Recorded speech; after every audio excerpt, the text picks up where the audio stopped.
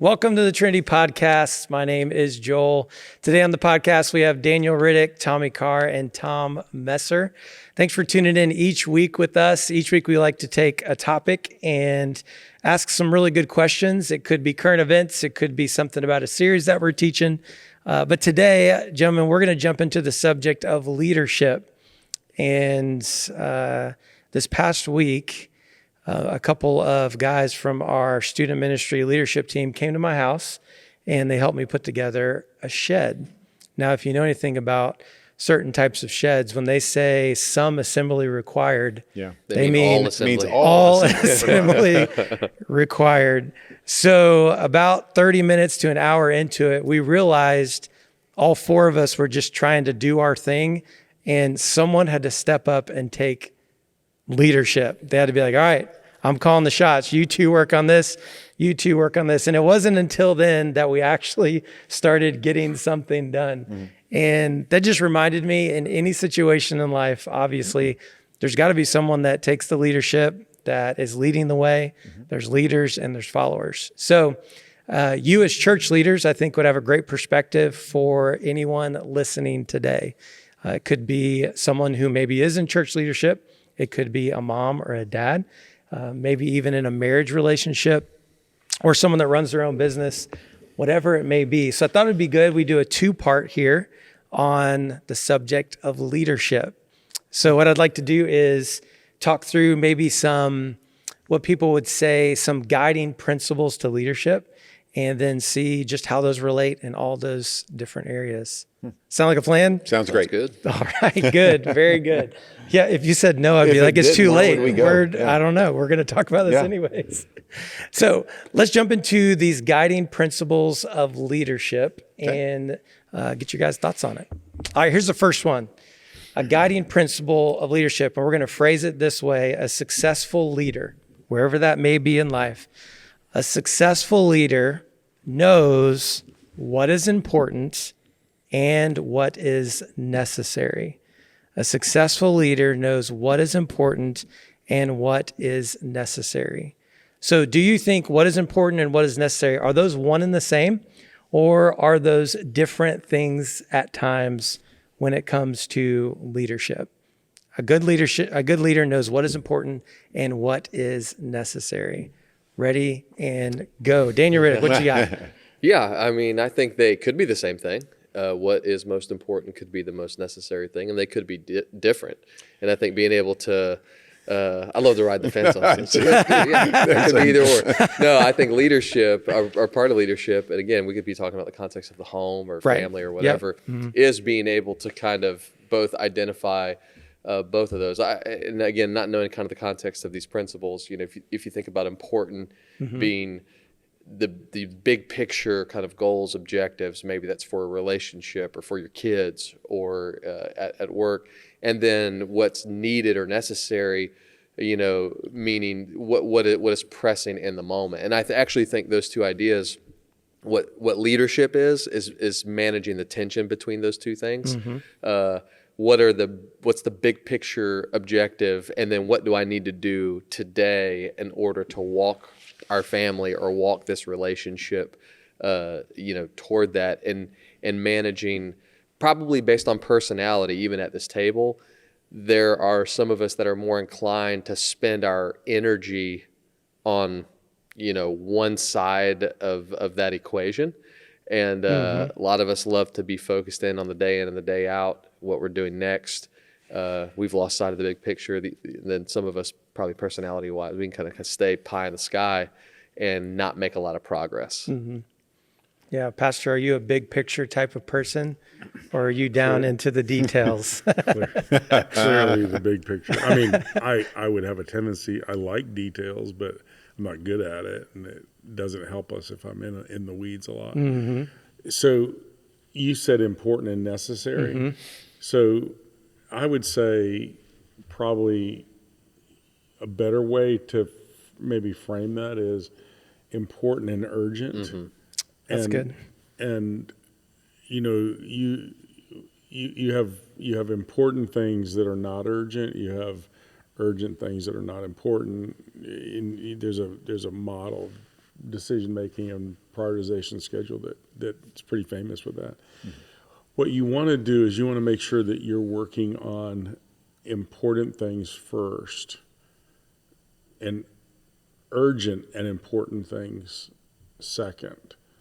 And if you let urgency, most people get off track because they're either doing non-important things that aren't urgent. That's the worst thing to be working on. Okay. Okay. Or they're doing non-important things that are urgent. What you want to do is important things and important things that are urgent. You want to focus your time on that.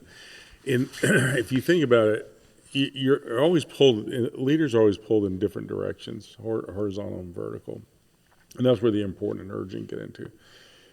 Probably the biggest problem that I would say is that I have learned over the years I don't want to work on things that are marginal as opposed to main things. And marginal things like if Tommy brings me a problem, if he says, hey, I just found out about this, it may be easy for me to solve that problem, but it may not be the best thing for me to solve that problem because if it's not high enough on a main thing, I'm going to say, fix it. Now, if he needs me to help him fix it, I'm happy to do that, but I'm not going to take off a lot of time of what I'm doing to fix a marginal thing. And there will be times I might say to Tommy, let them work it out.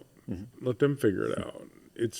We don't have to solve all their problems. And because I don't want him to do things that are not in the realm of what other people can do. So you want to think in terms of main and marginal. I want to spend more time on main things, not on marginal things. Sometimes I have to get involved in marginal things, not because the problem demands it, but because it becomes a teaching moment to help people think and act differently. And you want to be thinking, the other part of the continuum is if I can grow leaders, if I can grow people who are capable of doing what I'm doing, then I can do things that nobody else is able to do. And effectiveness is when I'm doing things that he can't do, and he's doing things that nobody else can do. If he and I are working on the same thing and we have 20 other people that work for us that can do it, that's probably not good use of our time and energy. And a specific example, we're building this building at Oakleaf. There's some big picture pieces that I have interest in. I actually love the building and construction process. And I see on my calendar all these times we have these meetings coming up about Oakleaf. And I'm tempted to go in there because I like that, right?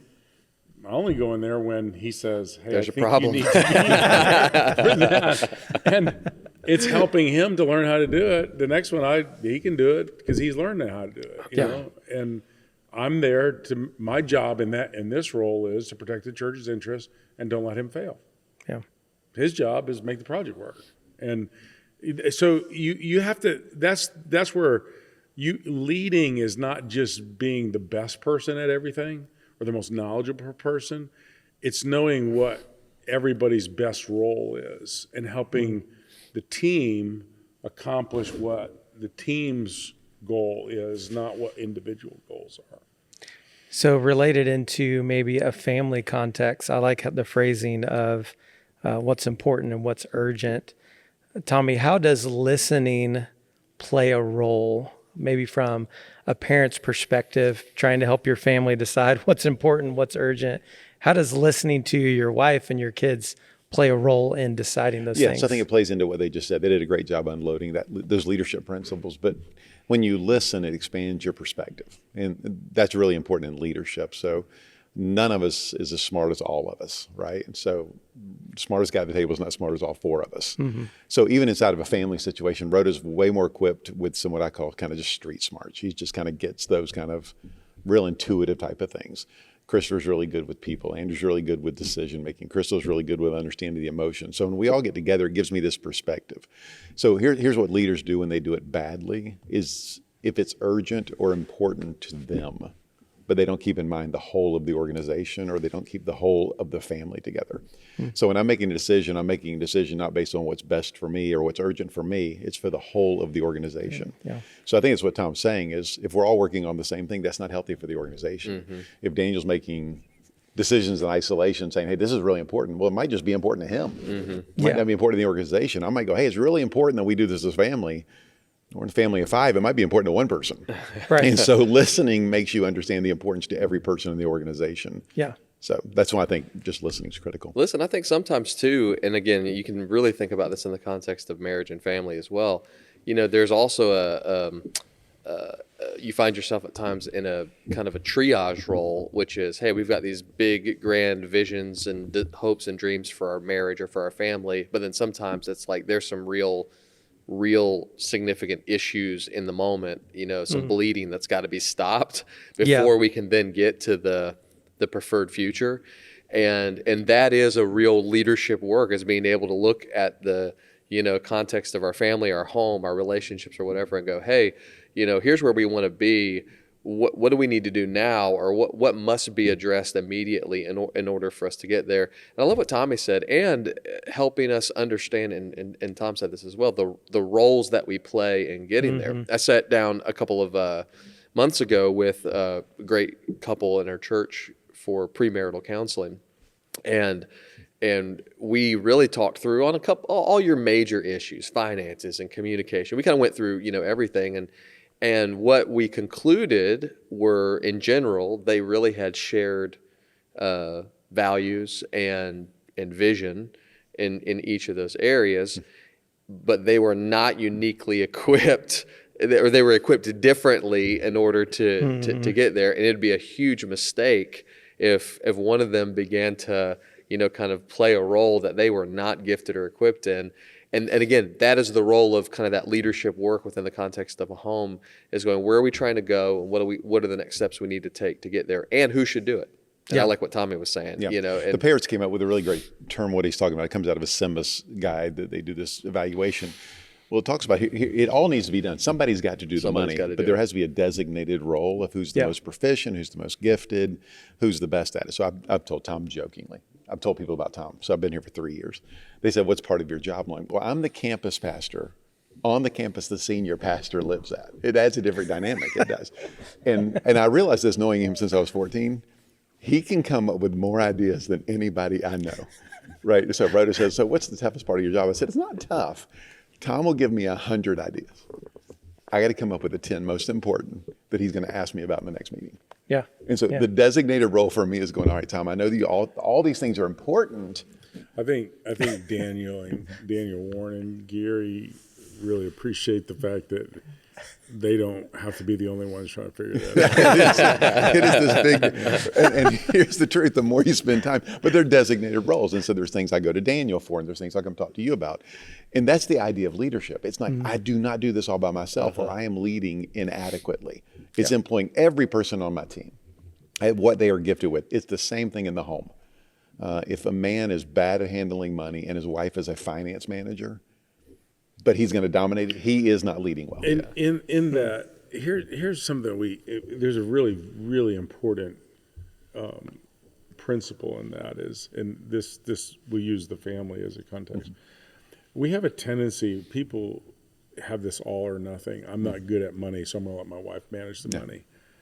Well, that can be a disaster. Sure. And even though you may not be good at like remembering what day the bills are due, or your specialty may not be, figuring out how to mechanically pay the bills, you bring value, and correct, you actually have an opinion, and you're at least 50% of the equation.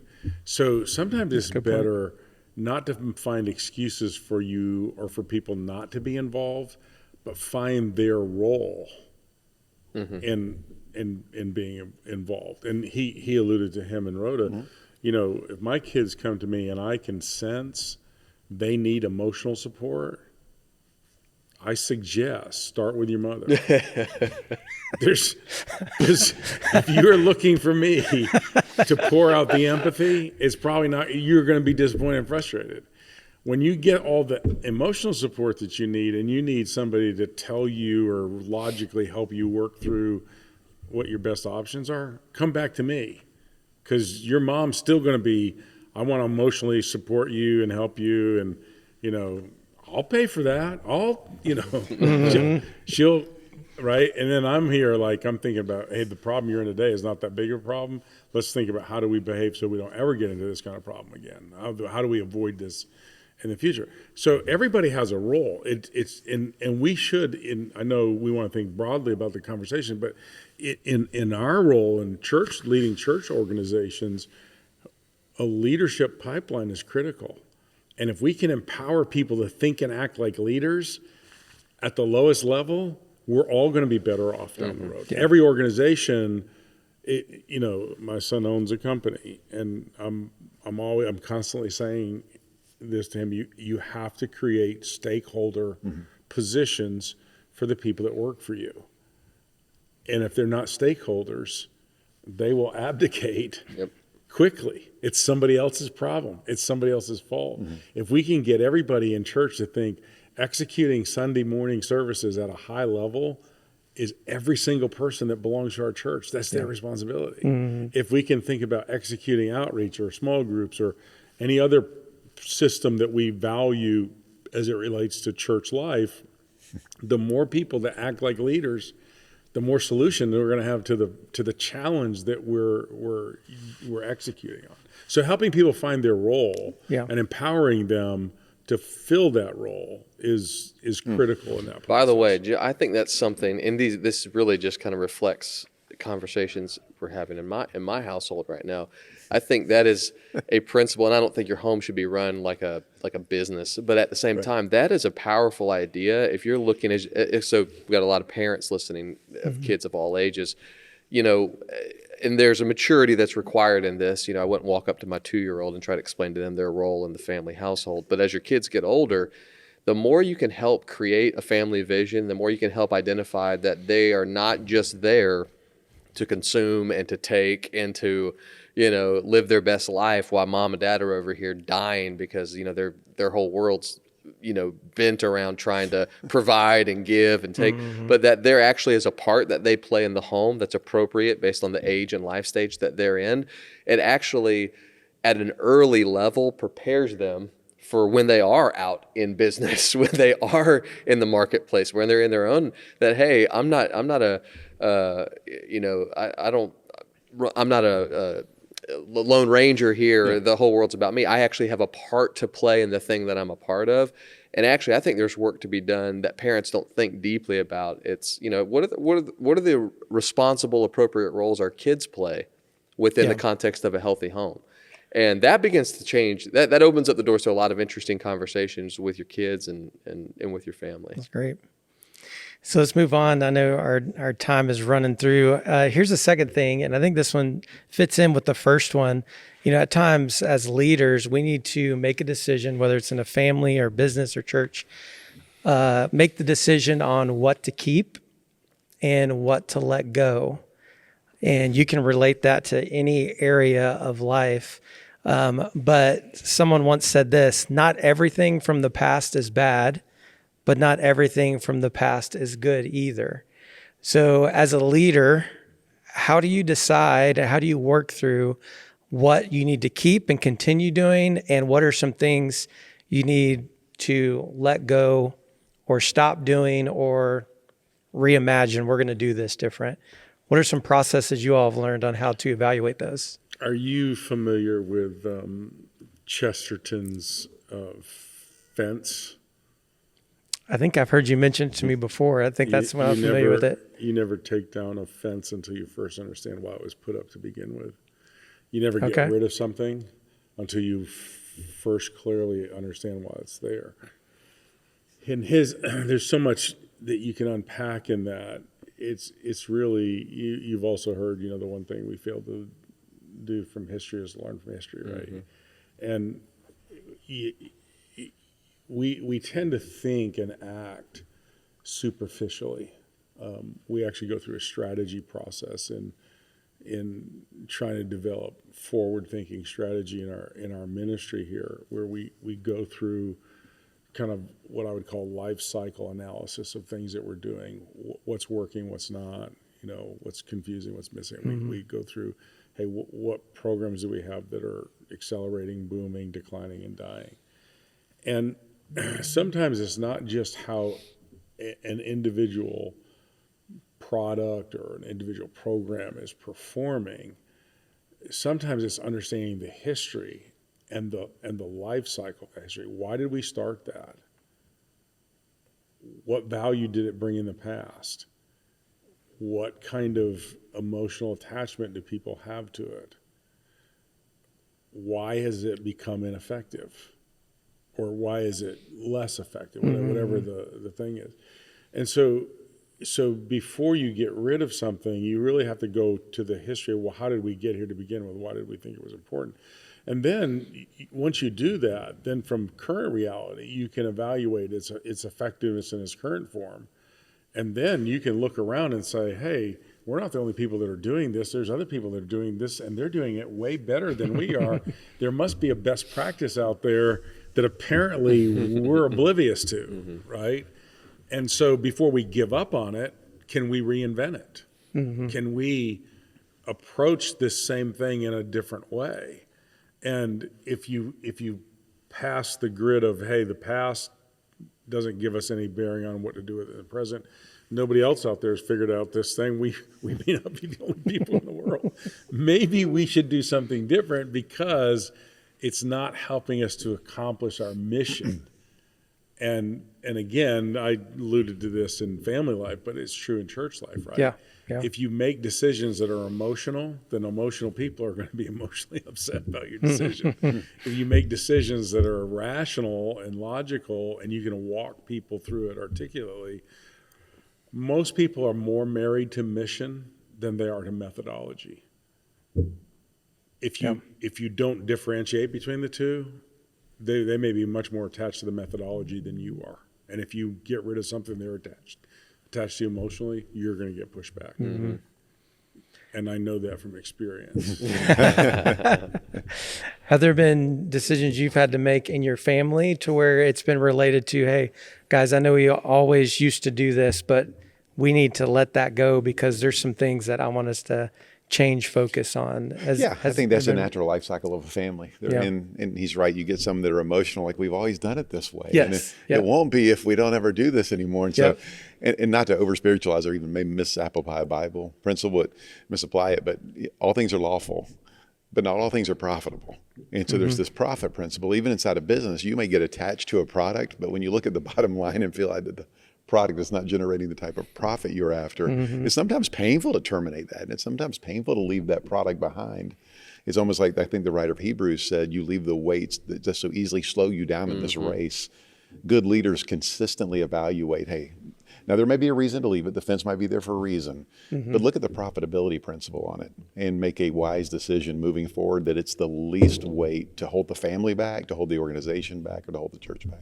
Excuse me, but I think that's a great insight. And like, think about, even if you want to think about it in the broader context of the whole economy, the world economy.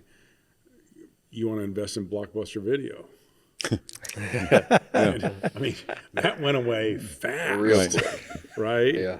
And it's a case study, classic case study, in that hey, things change rapidly, and the last thing you want to do is be the guy that's buying all the Blockbuster stock. When I'm assuming there was a step between that and streaming, right? But whatever the first step was that rendered Blockbuster. Netflix DVD by mail. Okay, was whatever. It was by mail. That That's what it was. Yeah, and that is, there's some value into getting into the leading edge, not being on the the dinosaur. Right, no question. I think there's a really helpful in a lot of these. Also, I think lean into a real need for people to do a little bit of self-awareness or self-discovery. In that, again, whatever role you're thinking about as a husband or wife, or as a parent, or business leader, church leader, what is my propensity? Again, those are kind of pendulum swings. I'm going to hold on. I'm going to let go. That's two opposite ends of a spectrum. So personality-wise, where's my tendency? The way I'm wired, I'm more likely to be a hold on. And some people are really high. I mean, look at you do some kind of change spectrum. Some people are really high on the change scale. They're ready to let go of anything and everything all the time so they can get to the next best thing. And both of those on the ends have a tendency to create problems. You hold on to something too long and you get stuck. You let go of the wrong thing and you get hurt. Yes. And so a lot of this is, okay, I'm going to come into this. How am I wired? When I can answer that question, it actually helps me evaluate where am I likely to kind of be out of step with the decision that needs to be made, because I know what feels right to me may not always be the right decision. Yeah. Quick around the table. Are you a person that keeps everything, or are you one that just gets rid of stuff? I would just in tend general? to keep things. Keep things. If I'm not careful. My natural propensity would be to keep things. Okay. Pastor, how about you? Yeah, I'm Keep slow things, to. I would or- be slow to change. Okay. I would be slow to change. Slow to get rid of things. I'm probably a keep things as well. Yeah. So am I. I Yeah. keep way too many things, but that does affect it. Obviously, And here's leans the hard into part your for me. leadership. I usually keep things because of the people behind the things. Yes. I can look at the thing and go, I need to kill that, but I can too easily go to, but I'm going to crush those. Real quick story, I know we're running through. I had before I started my own company, I worked for one of the best business leaders I'd ever been around, young guy. So they purchased a corporation in Orlando, and they said, "Hey, Tommy, you're our best galvanizer. You're our best people guy. Go down there, make everybody feel good about being in the organization, just rally the troops, and we're going to do." I literally got about 30 minutes outside of Orlando, and he said, "I've just finished a total evaluation of their product lines." I went, "Okay." He goes, "Kill it." I went, "Well," he goes, "I need you to let every one of them people go over the next 3 days." He was a let go guy. He just didn't. Yeah. But that's the way he was so successful. So for me, the keep guy for the next 3 days had termination discussions for 3 solid days with husbands and wives. So the keep it part, you're right. It does. Yeah. You get into turmoil when you're a keep it person confronted with the have to let it go. Yeah. Oh yeah. I think over the years, there's always been a tension for me in, like, that story really fascinates me, and I would find that really energizing. And if this would be a true statement for me. If it was just about making money, that would be really fun for me to do. What makes things complex for me is relationships. Correct. The people behind the scenes. There are things we do. I've been done with them for years. It's the people. That's what I mean. It's the people behind the It's the things. people. Yeah. People. And I That love matter. the people so much that I will bend over backwards to accommodate that.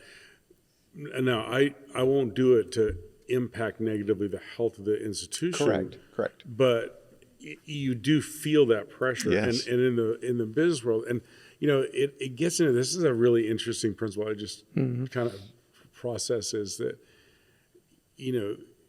counterculturally, institutional power is like, the more power you have, the more unilateral authority you have to make decisions. In the kingdom of God economy, as I studied Jesus and the Gospels and his view of leadership and hierarchy, he never used his power for self-serving purposes. He always mitigated his use of power. He used less power than he could have used, or It's true. typically less power than we would have used. And it's never about winning in the kingdom of God. It's about being able to serve, in some cases sacrifice, in some cases suffer, in order to accomplish the greater good. And that's, I'm not saying anything wrong about a guy saying, "Hey, we got to kill this business line." Sure. I get that. I do. I do think in church life, though, you have to really, like, okay, power is a really dangerous thing, and you got to treat it very carefully. And you have to do it because you're actually serving first the kingdom of God and God's purposes, and you can't separate that out. Yeah. The people that God wants you to. It's really good. Well, this last one I want to look at before we close this part of the podcast out may relate more to, if you can put on your parenting hat for a second. It says a successful leader knows when to push and when to be patient. So let's talk about that with your kids, maybe as a dad or as a parent. How do you know when to really push your kids, maybe beyond what they think they're capable? And then how do you know when to just be patient with them and where they're at and where they're in that certain stage of life? How does a leader, how does a dad do that? Know when to push and when to be patient. Go ahead, Tommy. So for me, this is my personal parenting style would be this. If I see alarming tendencies, then it's an immediate push for me. There's not any type of, we were having a discussion in the church office, Daniel and mine styles, and it got very humorous. And he looked at me like, you're like the Gestapo. I'm like, I'm really not. But alarming tendencies allow me to push rapidly. In natural maturation, I can be very slow to react and allow the natural maturation process, which is sanctification for a Christian, I would say was maturation for children. Some lessons they need to learn, some lessons they need to be heard, some lessons if you short circuit and insert yourself as a leader, they won't know how to behave when you're not there. So there's a natural maturation. When I see an alarming tendency in any of my children, I push very hard, very direct. I'm going to arrest that type of behavior. So mine is based on a tendency or versus natural maturation. Daniel, we'll go to you because it sounds like yours was different than Tommy's. Well, I keep going back, I feel like, to the same theme, which is a lot of these, I think this is all part of this, is recognizing, again, you're probably wired toward one of those Yes. more than the other. That was kind of the nature of the humorous decision. And so, like in our context, I'll just use this because this is relatable. So, my wife is the push and I'm the patient, and I think a lot of that though is being able to recognize what Tommy just said is really important. What's needed in this situation, and then in fact, I did this last week on a specific circumstance. Okay. I thought, based on the circumstance, that we needed to push, but that's not. It's tough for me to do that at times. And I called her and I said, hey, just making sure we're on the same page. I didn't use these words, but this is push, right? And she said, yeah, it's push. And I said, all right, cool. I got it. Just wanted to make sure, I'm just glad he had to validate Yes, he could push. yes. And, but no, my point is, and the flip side is, this is, I think, the way a healthy relationship works. At times I have to step in and go, hey, this is patient. Yeah. We've got to good. let this thing, we've got to let him or her, it's not always about, in our home, it's mostly about him, but anyway, or her. Straight up. That's only because it's an age. It is an It age is an thing. age We're at a life stage where this is actually a lot of tension for us. Yes. But this, sometimes I have to step in and go, hey, we've got to let him work this thing out. That's why we have student pastors. Yeah, there you go. Or sometimes I say, hey, he's got to talk to Joel and Kiki about this because I don't know what to do. Pastor, are you more of a push or a be patient? Well, okay, so I'm a little older than these guys, and I've kind of fought through some of those battles. And here, I tend to be more contrarian, which is, in other words, I will do the opposite of what my kids' Expect you instincts to are. do. Yeah. And this is how I would say it is I never want to do for them what they can do for themselves. If I do for them what they can do, I'm going to convince them that they're either not smart enough, strong enough, tough enough, whatever the issue is, and that they need me to constantly do it for them. So I try to avoid that part. So I wouldn't be apt to push or pull. Okay. I would be more apt to say, how are you going to confront this issue in your life? Let's think this through. And what do you need me to do to help you and hold you accountable to do the right thing? And typically, what I like about what Tommy was saying, and I completely agree, is what you want to do is you want your kids to do the hard things, to not avoid doing the things that are unpleasant. And I just said this to my daughter and son-in-law. We were just talking about parenting last night a little bit. And I said, the big issue, I have a 10-year-old grandson, is he loves sports. And I said to them, the greatest platform for sports is to teach your kids self-control. I go to his game. I'm going to go to one of his baseball games tonight. I want him to get a lot of base hits. I want him to pitch well. I want to play defense. But those things are not nearly – he is going to do those things. What he needs to do is not get caught up in what all the kids he's playing against. He's not need to get emotionally distraught when his team is behind or loses. He doesn't need to be proud and arrogant when his team is winning. He needs to learn self-control. If you can use sports to teach your kids self-control, you solve a lot of problems in other areas of their life, right? Yeah. You teach your kids not to avoid hard things. You know, there's so many little things in life. If I can teach my kids not to, if they can have self-control, they can become convinced that they never face a problem, that they can't figure a way out to deal with it, that they can do hard things, that hard things are actually good for them, that they can relish the opportunity. And I want to be careful I don't say things that's going to get me in trouble with my kids. But if your kids can say, hey, hard things don't throw us off. We can deal with this because life is filled with them. Yeah. Andrew's got ACL surgery. Right. It's just, how old's Andrew? 27. He's going to be able to handle that because as a teenager, he had to go through hard things and he faced it and his dad didn't protect him from it. Yeah. And it's not a pleasant thing to go through. Right. Braden's going to go through a hard thing. And you know, if you can do that, I see that's to me, that's like, so, okay, if getting them to have self-control, face hard things, whatever all those are, if you have to push them to do that, push them. Yeah. If you have to pull them through that, pull them, whatever your role is to get them to get that so that they can handle those. And then when they get older, they're like, I know what to do. Yeah. This doesn't throw me for a loop. I can handle this. And there are clues they say these were like Andrew. Andrew's just said this recently, like he had an issue coming. He goes, I'm not asking you to fix this.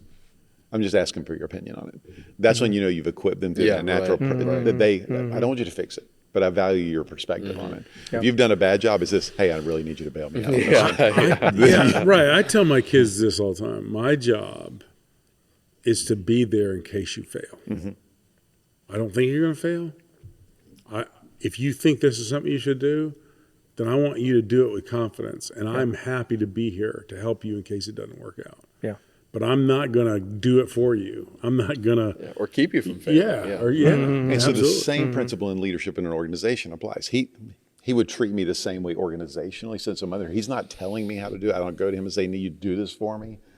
But at the end of the day, if the Oakleaf building's not working right, he's going to go because he doesn't want to fail in that. He wants to have his approval. If there's an issue on this campus that I know he should have it, that is the same principle inside a family that applies inside an organization. Yeah, that's great.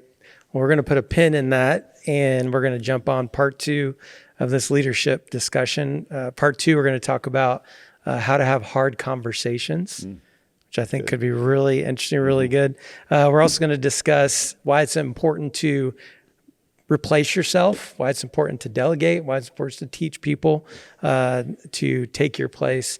And then we're going to talk a little bit about setting goals and vision casting and why that's important across the board in leadership. So part 2 is coming up next week. Thank you so much for listening today. And we encourage you, whether it's on Spotify, through our app, or on YouTube, if you like to watch the podcast. I have a number of people that have told me they prefer watching over listening. That's fine too. We're just glad to have you a part of our team right here at Trinity. We want to help everyday people discover an extraordinary life with God. We'll catch you on part 2 of our leadership discussion next week.